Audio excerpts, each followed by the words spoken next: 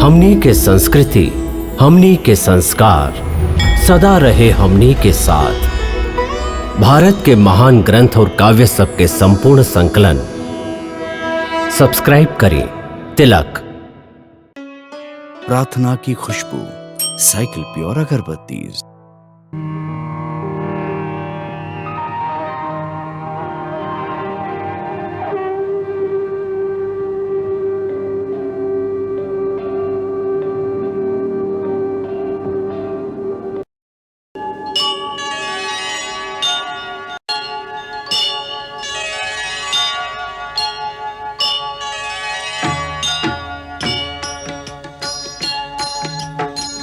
सीताराम चरित अति पावन, मधुर सरस अरु अति मन भावन।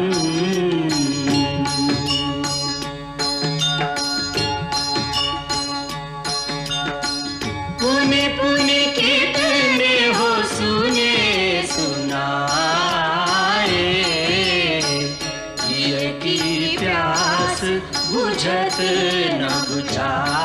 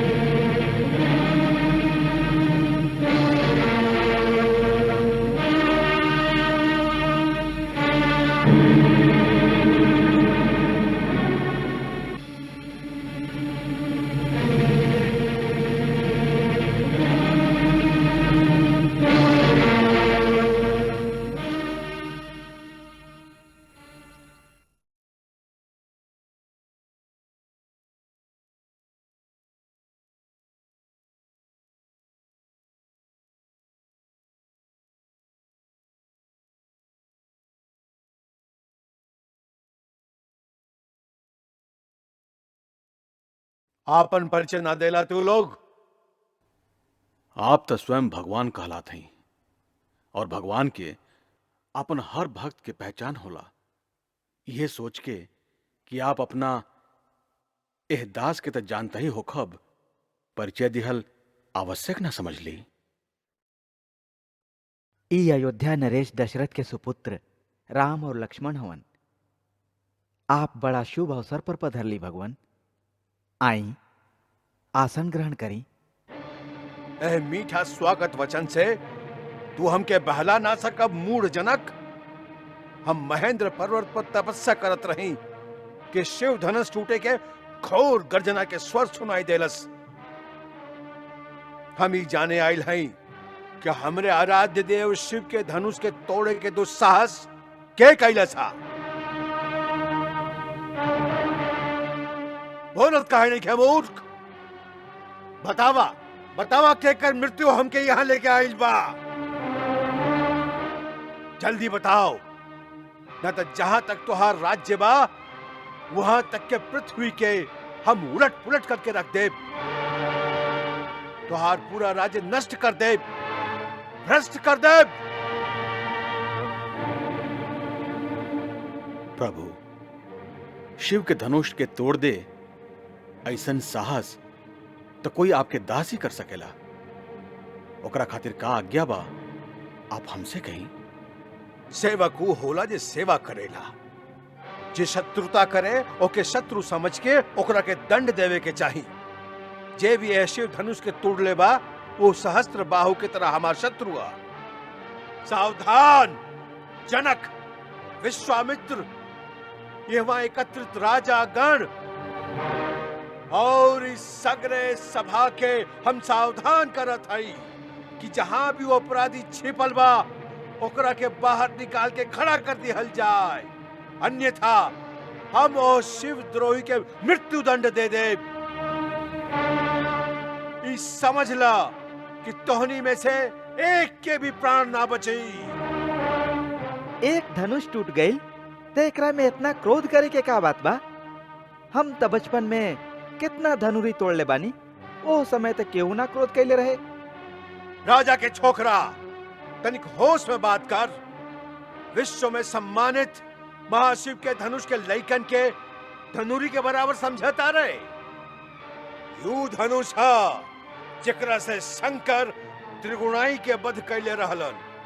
ब्राह्मण देवता, आपके धनुष में फर्क देखात होई। हमनी तक क्षत्रिय हैं। धनुष बाण से खेलल त हमनी के नित्य कर्म है। हमनी खातिर त सब धनुष एक समान है। ठिठाई के भी हद होला। लगाता कि तोरा अपना जीवन से मोह नहीं खे। हमके मोह बाकी ना, परंतु आपके वो पुरान जीर्ण धनुष से बड़ा मोह दिखाई देता, जेकरा टूट जाए से आप बच्चा जैसन बिलबिला रहल हैं। रघुबर एकरा के हाथ लगावलन तई टूट गई। एकरा में उनकर कोनो दोष नहीं खे। अब क्रोध त्याग दी मुनिवर, बहुत धमका ले ली आप। लगाता कि तू अपना माई के निपुता बनावे के चाहता रे। हम तो के बालक समझ के अब तक जीवित छोड़ ले रही, और हम अब तक आपके ब्राह्मण समझ के आप पर हाथ नहीं उठावल चाहत।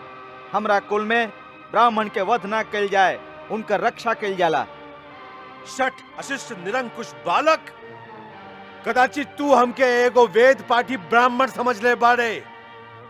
ते नहीं जानत कि हम एक क्षत्रिय कुलनाशक बाल ब्रह्मचारी अति क्रोधी हूँ परशुराम हई, जे कतना बार एह पृथ्वी के क्षत्रिय विहीन कैले बा। क्षत्रिय राजा के सकल नाश करके एह पृथ्वी बार बार ब्राह्मण के दान कर देले हई। ए फरसा से हम सहस्त्र बाहु के भुजा कटले हई। ए फरसा से हम क्षत्रियन के बार बार लहू पी ले हई, और आज तोहरा लहू से ए फरसा के प्यास बुझाई। आप बार बार हमके डरावत हैं। ऐसा लागता जैसे एगो बालक फूंक मार के पर्वत उड़ावे के चेष्टा करत होके। ब्राह्मण देवता, जे वीर होखेला वो अधिक बात ना करेला, वार करेला। ई कायर पुरुष के निशानी है, जे युद्ध करे के बदले वो अपना शान में बड़ बड़ बात बखारेला। विश्वामित्र, यदि यह उदंड बालक के रक्षा चाहत हवा तो एकरा के हमरा आँखी से दूर ले जा। आप आंख बंद कर ली प्रभु, हम दिखाई ही ना दे। विश्वामित्र, एकरा के हमार क्रोध और पराक्रम के शक्ति बतावा। आपन गुण गाथा आप स्वयं ही इतना अच्छा सुना लेते हैं कि दूसरा की आवश्यकता ही नहीं के। अभी तक आपन महान गाथा गावत गावत दिल ना भरल होखे तो सुनाई कि कैसे आप एक कर्तव्य वीर कुमार के दोष पर क्रोध में आके लाखों निर्दोष क्षत्रिय के संहार कैली, पिता के ऋण कैसे चुकौली, माता के गला ए फरसा से कैसे कटली। सुनाई सुनाई ना अपन महान कार्य के पूर्ण कथा। बस बहुत हो गई, अब हमके केहू दोष मत दिया। ये बालक अब निश्चय ही मरे वाला बा। आश्चर्य देई बा कि हमार कुठार के सामने आके भी ये अब तक जीवित कैसे बा। हमके भी आश्चर्य बा कि हमार देव तुल्य भैया के मृत्यु दंड देवे के बाद कोई हमरा सामने करे और वो हमार बाण से अब तक बचल रहे। लक्ष्मण,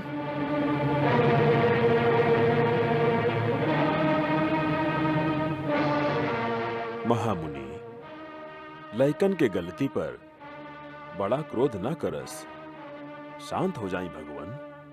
तू चुप रहा कौशिक नंदन। आपके क्रोध शोभा नहीं देत भगवान। जब भी बालक कोनो चपलता करेला, गुरु माता पिता ओकर आनंद लेवेलन, क्रोध ना करस।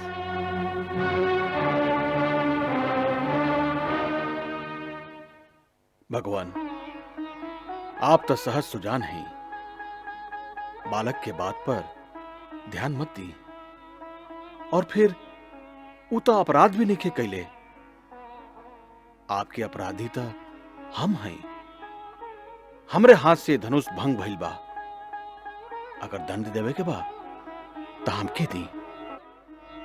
हम क्या अपन दास समझ के चाहे हमरा पर कृपा करी, भा क्रोध करी, या फिर हमार प्राण ले ली। जौने प्रकार से आपके क्रोध शांत हो सके, हम उपाय करे खातिर तैयार हैं। तू भी कुछ कम धूर्त नहीं खा। भगवान शंकर के धनुष तोड़ के अब हमके ही ज्ञान सिखावता रहा। उन्हें तुहार छोट भाई तो के ही सम्मति से हमके भड़का के क्रोध दिला के हमार बल छीन रहल बा, और इन्हें तू हमसे हाथ जोड़ के बड़ी अनुनय विनय कर रहल बड़ा। परंतु ई तुहार छल कपट और न चली। तू समझतारा कि अपना आप के राम कहे से तू परशुराम के भी सामना कर सकेला, तो उठावा शस्त्र और ये हमरा साथे युद्ध करा। हम तो उन्हीं के निहत्था ना मारा, वीरोचित मृत्यु के अवसर दे, और युद्ध ना करवा तो भाई सहित तो के अब ही मार डाला। प्रभु, यदि रण में हमके केहू ललकारे तो क्षत्रिय धर्म के अनुसार हम उसे अवश्य लड़ब, चाहे वो स्वयं काल ही कहे न होखस। परंतु हमनी रघुवंशियन के इहो धर्म है कि हमनी गौ, ब्राह्मण और स्त्री पर हाथ ना उठाई। ब्राह्मण हमनी खातिर सदा पूजनीय हवन, और उनकर सेवा कईल हमनी के परम धर्म है। यही से प्रभु और इस सेवक के बीच युद्ध कैसे हो सकेला? आपके और हमार बराबरी कैसे हो सकेला? भगवान, हमार तो छोटा सा नाम बा, राम, परंतु आपके परशु सहित परशुराम। आप अपना राम के अभी तक ना पहचाननी। बाकी हम तो आपके प्रभुता के जानत हैं। आपसे हारे में भी हमार जीत पा। विप्रवंश की असप्रभुताई, अभय हो ही जो तुम ही डराई।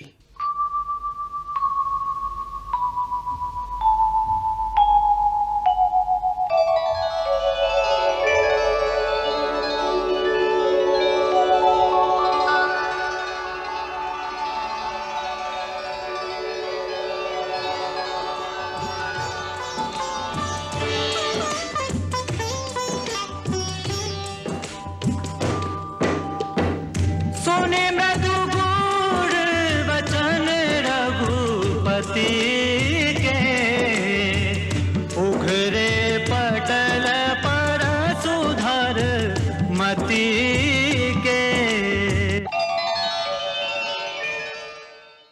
रामी धनुष, ई धनुष विष्णु हमरा पितामह महर्षि विजीक के लगे धरोहर स्वरूप रखले रहन। यदि विष्णु के है धनुष पर तू वाण के संधान कर ले बा, तो हमार संदेह मिट जाई। हम तो के पहचान ले। राम रमापति कर धन ले, खेचहु चाप मिटाए संदेह, खेचहु चाप मिटाए संदेह।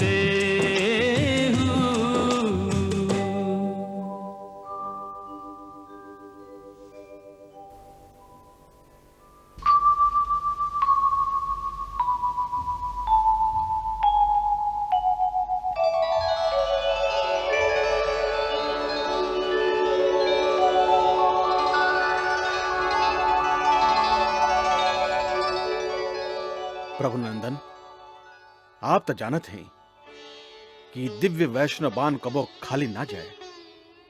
परंतु एक तो आप ब्राह्मण हैं और दूसरे गुरु विश्वामित्र के बहन के पोता हैं। ऐसे हम ये अमोघ बाण आप पर ना छोड़ सके। अब आप बताएं कि हम केकरा के नष्ट करी। आपके पास मन के गति से सर्वत्र आवे जाए के शक्ति बा, ओके? या आप अपना तपोबल से जौन पुण्य लोक अर्जित कैले हैं ओके नष्ट करी।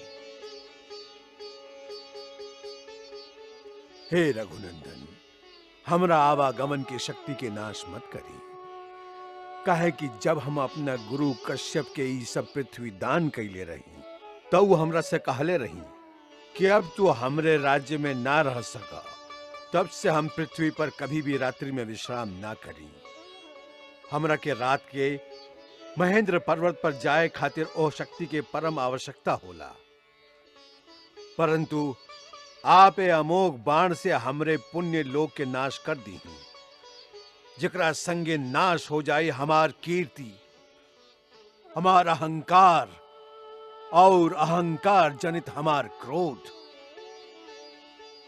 राम, एकरा के पूरब दिशा में छोड़ा।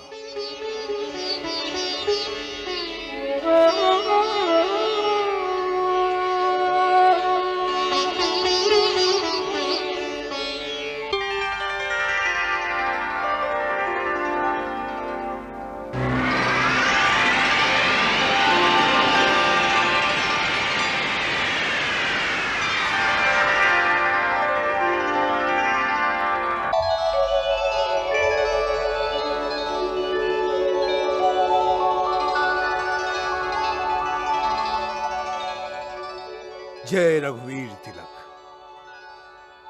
तुहार जय हो।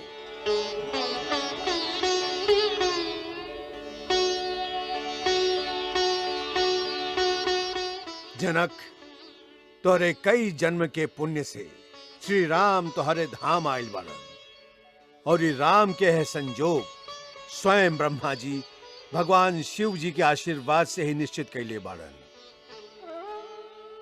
धूमधाम से ब्याह रचावा, एकरे में तुहार कल्याण बा।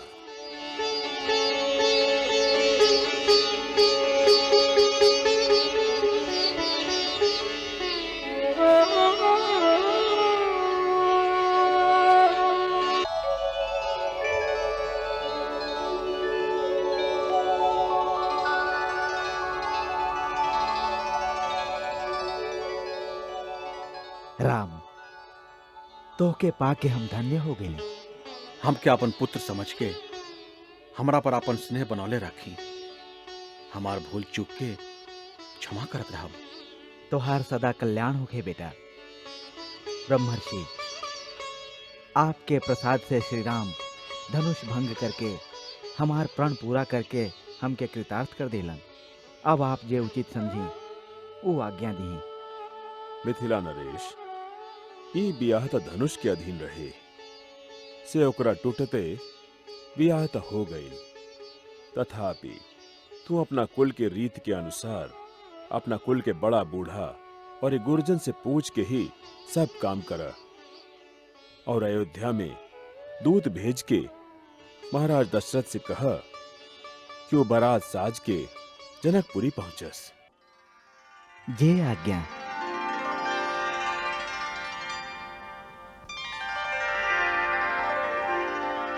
परशुराम के बारे में वाल्मीकि जी लिखले बानी कि परशुराम विष्णु के अवतार रहन। ऊ अपना पिता के हत्या के बदला लेवे खातिर 21 बार धरती के क्षत्रिय विहीन कैलन। अंत में जब ऊ एह धरती के अपना गुरु के दान कर देलन, तब गुरु कहलन कि अब तू हमरा राज्य में ना रह सका। यही बात का इशारा परशुराम जी राम से कैलन। अपना तपोबल से ऊ कतने पुण्य लोक अर्जित कर लेले रहन। अपना सिद्धि के कारण मन के गति से कहीं भी आ जा सकत रहन। यही कारण से अंशा अवतार भइला के बाद भी उनका में बहुत अहंकार पैदा हो गई रहे। अहंकार बहुत सा बुराई के जड़ होला। काहे कि वो मनुष्य के अपना मद से अंधा कर देला, ओकरा सामने वाला के महत्व दिखाई ना देवे।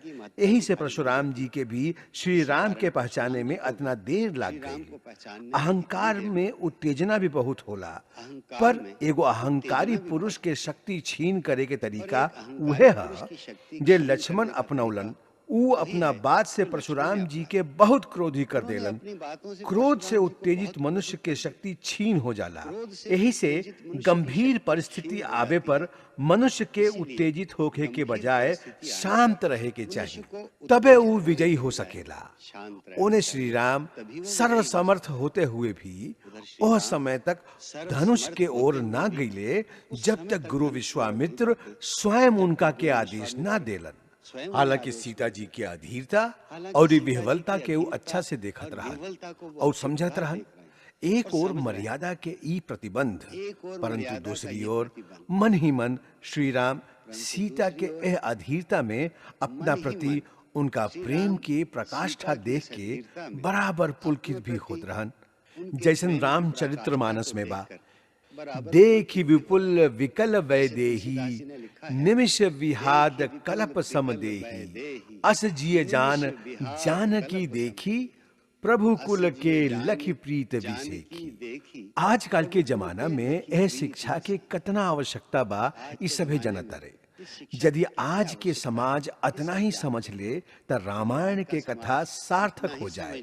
आज के जमाना में यदि असही हमनी संयम और मर्यादा के पालन कर सकी तो हमनी के सामाजिक और व्यवहारिक जीवन से बहुत सा तनाव निकल जाए और ये प्रेम के वातावरण चारों ओर फैल जाए।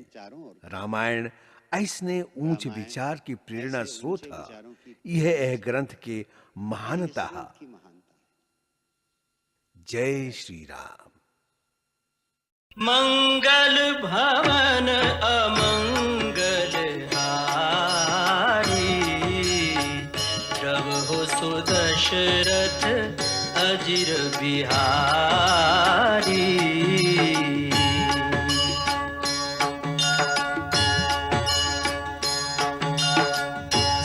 सीताराम चरित अति पावन, मधुर सरस अरु अति मन भावन।